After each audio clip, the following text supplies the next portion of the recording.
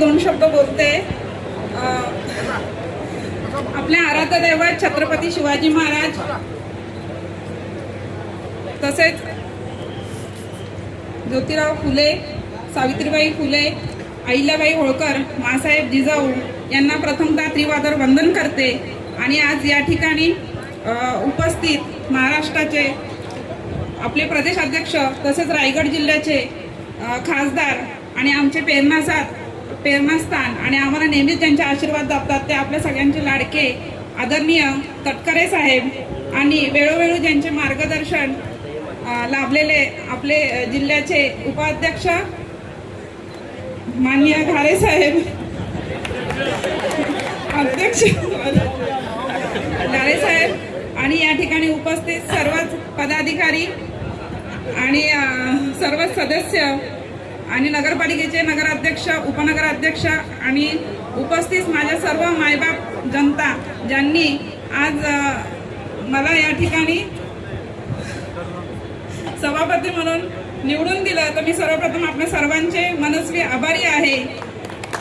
साहेब, तुम्ही बोलल्याप्रमाणे तुमचं सगळ्यांचं मार्गदर्शन आम्हाला लाभलेलं आहे आणि त्या पद्धतीने आम्ही या ठिकाणी कामही करू।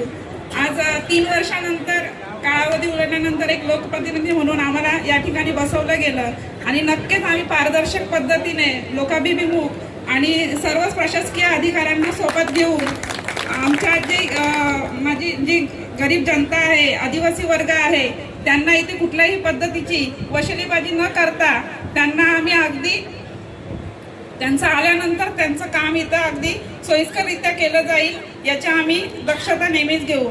आणि आज या जागी मी सगळ्यांना या शुभवास्तू ठिकाणी सर्वांना आश्वासन देते की आलेल्या प्रत्येक व्यक्तीचं काम इथं अगदी निष्ठतेने आणि त्या पद्धतीने या ठिकाणी काम केलं जाईल। सर्वांना सोबत घेऊन कुठल्याही प्रकारचं याच्यामध्ये राजकारण केलं जाणार नाही। आम्ही सर्व एका कुटुंबातले या पद्धतीने आम्ही या ठिकाणी काम करणार आहोत। जशी तुम्ही साथ आम्हाला आतापर्यंत दिली आणि तशीच साथ पुढेही आम्हाला तुमची लाभेल, तुमचे आशीर्वाद आमच्या पाठीशी कायम असणार आहेत। साहेब, अजूनही आपल्या 55 ग्रामपंचायती आणि तालुक्यात असलेली 223 गावं यांच्यावर 39 अजूनही प्रशासन बसलेलं आहे आणि 16 ग्रामपंचायती या सरपंच या ठिकाणी काम करत आहेत। तर त्याच्याकडेही आमचं तेवढंच लक्ष असणार आहे। त्या ग्रामपंचायती आपल्याला कशा आपल्याकडं करून घेता येतील, आपला तिथं झेंडा कसा रोवता येईल या पद्धतीने आम्ही सर्वजण एकत्र राहून जशी आज ही साथ सगळ्यांनी दिलेली आहे त्याच पद्धतीने सगळ्यांना पुढे जाऊन आम्ही चांगल्या पद्धतीने काम करत राहू।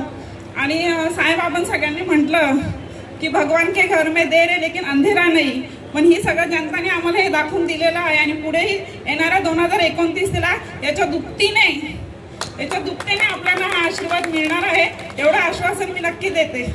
आणि धन्यवाद, आपण सगळ्यांनी वेळात वेळ काढून एवढ्या रखरखता उन्हात सुद्धा सर्वजण तुमच्या खातीर तुमची इच्छा होती सगळ्यांची आणि आज तुम्ही मला सभापती म्हणून निवडून दिलात आणि आपण सर्वजण रखरखत्या उन्हामध्ये उभा राहून सगळेजण बहुतेक लोक उभाच आहेत आणि आम्हाला तो आशीर्वाद आणि या शुभेच्छा देण्यासाठी इकडे जमलात त्याबद्दल मी आपणा सर्वांचेच आभार मानते।